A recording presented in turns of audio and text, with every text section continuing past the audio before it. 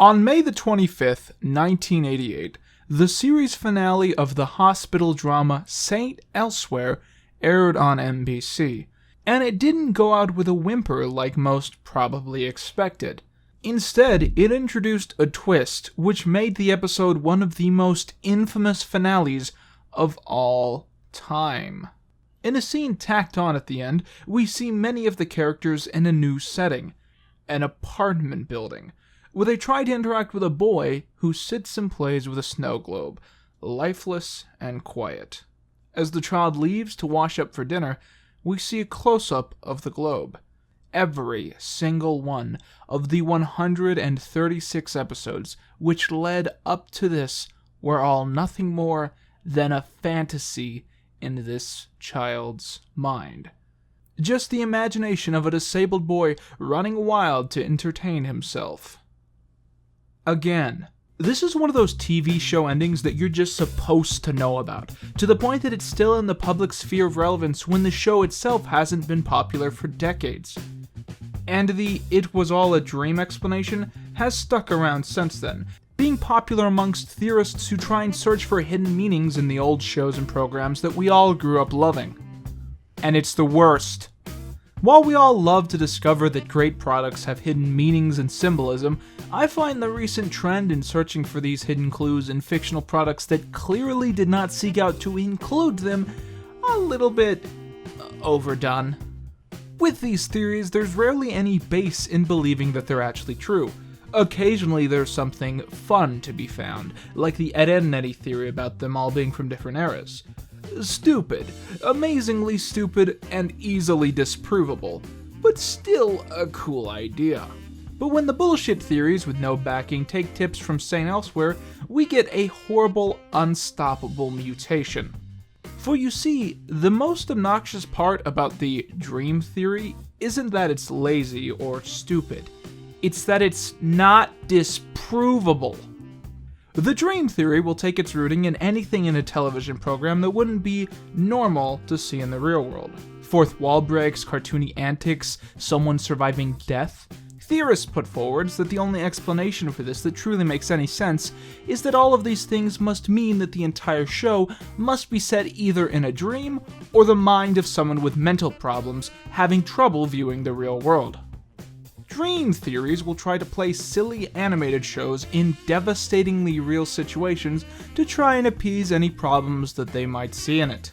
A very popular creepypasta on the show Rugrats tries to prove that the entire program is just set inside Angelica's head, which is why only she can talk to the babies. There's various explanations put forwards for each and every one of the children, boiling down to all of the babies being dead and Angelica hallucinating all of their existences. And it kinda makes sense, with the vivid adventures of simple places, countless tales of babies being left alone for hours on end without supervision, and of course Angelica infamously being the only ones who can understand them. The reality is far too broken to exist in the real world. Alright, so the theory puts forwards that Angelica has some sort of psychological trauma that makes her interpret stories that she hears around her of deceased babies as real events.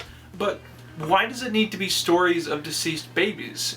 Surely if Angelica has this much of a problem of perception, then she could think anything around her is something that she can make into a story. I mean, couldn't it be, something with loose reality, like a narrative or a fucking cartoon? If a TV show doesn't make any sense, it's probably because it's a goddamn TV show. Asking a cartoon to constantly confirm to your perceptions of reality is literally like expecting the dreams you have at night to also confirm to those perceptions.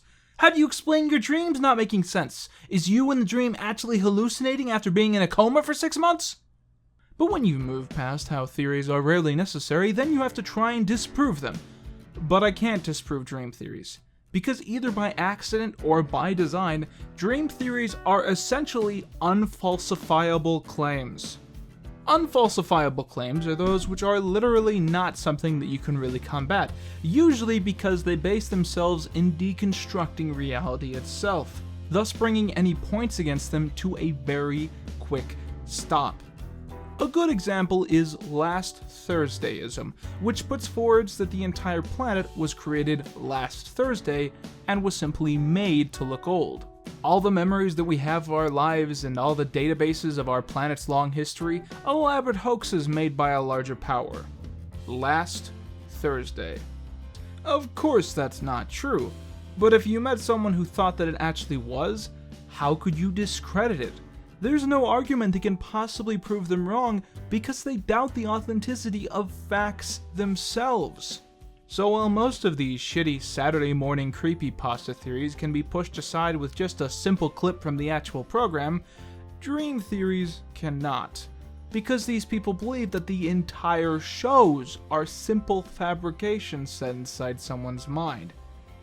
Anything that happens in that show is part of the narrative falsehood, and there's no way to show that what's happening in the show is actually happening for real. So we get these awful, terrible posts which proclaim these theories to be truths just because they were specifically made for it to be impossible to say that they aren't correct. I don't really know how to end this video, so I'm just gonna read to you guys one of my favorite theories and give you my 2 cents on it. About every 90s kid knows about the Nickelodeon series, Hey Arnold. The show about a small boy with an odd-shaped head. That's about the first thing you notice, the oddly shaped heads the characters have. We'll get back to that later on. Yes, when bringing up a concept that you're planning to build off of, be sure to automatically tell the audience that this is what is going to happen to avoid any confusion. I want to tell you one thing first. The show isn't fiction. It's all happened. That's why there are a lot of life lessons in it. Alright, I think I'm following you, yeah. Arnold is a boy who lives in a fictional city. The city is actually New York. The poor area of New York. It's clearly visible that Arnold lives in a ghetto. But there are a lot of fictional cities that are obviously just New York. But wait, as we've set up, Arnold is not a fictional character.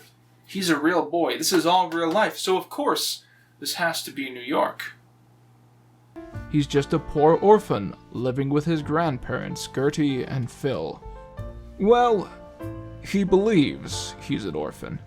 He actually is the child of the people he believes to be his grandparents. The grandparents are mentally unstable and told Arnold that his real parents, of normal age, died in a plane crash. That's not true at all, because Gertie and Phil were old when they made Arnold. He was born with a few conditions. One of them is hydrocephalus. That's the reason his head has such an odd shape. There's one kind of hydrocephalus, the one Arnold suffers from. It's called the Arnold-Chiari syndrome. That's the reason why the creators decided to call the boy Arnold. Alright, this is making some sense. You got a nice little mojo thesis you're laying down here. Maybe you could stop and expound upon that with some more facts. Gertie and Phil themselves are mentally unstable. This is because of their age. This is also the reason why Phil sexually abused Arnold. Phil says to Arnold that it's totally normal that a grandparent does this kind of stuff to their grandchildren. Alright, so did I skip any paragraphs? Because I definitely feel like I missed something along here. I know that I said that most dream theories are built so that you can't disprove them, but I'm gonna need a citation on that sexual assault thing. Because of Gertie and Phil's old age, Arnold suffers from several psychological conditions. This makes him see things that aren't there. Because he's bullied a lot, he escapes to an imaginary world with imaginary friends. That's the reason the other characters have weird-shaped heads too. It makes him feel like he's normal, and no one can pick on him because of his head. This is also the reason why Arnold believes that his parents are his grandparents, and that his real parents died in a plane crash. His condition makes him believe that this is reality. Wait, so you had to make up a fictional world for everything to happen in anyways? I didn't think you were going to do that. I at least think that you'd talk about this show a little bit more. I mean, up to this point, all you've talked about is the fact that Arnold has a lemon-shaped head, and you're acting like that fucking proves everything. It's all based on facts. When the creator got lost in New York, he accidentally got into the poor area. It was really late, so he decided to stay in a hotel.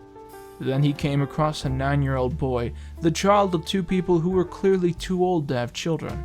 He saw that the boy was mentally unstable, and he believed in all the things he made up. The creator decided to talk to the boy. He felt really sorry for the boy when he discovered the boy only had imaginary friends and would die if he didn't get medical care quickly.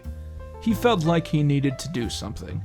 So he asked the boy if he could tell his story, and then he'd make sure that the boy's life would become better.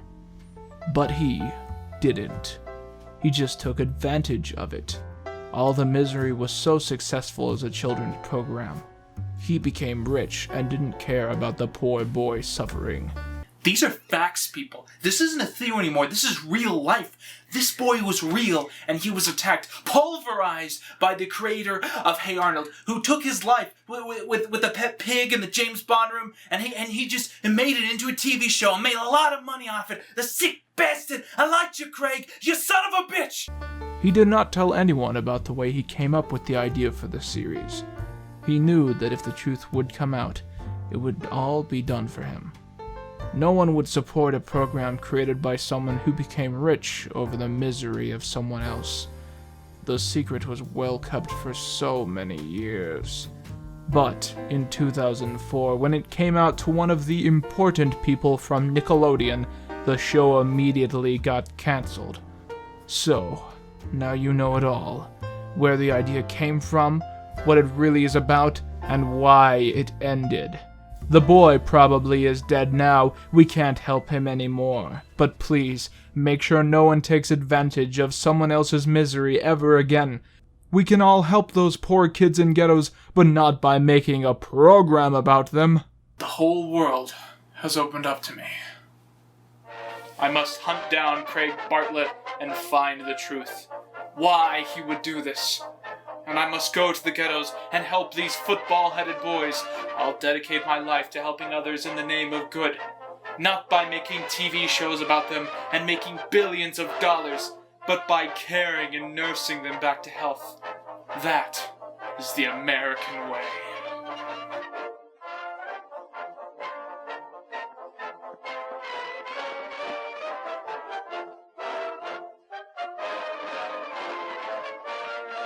It was all a dream.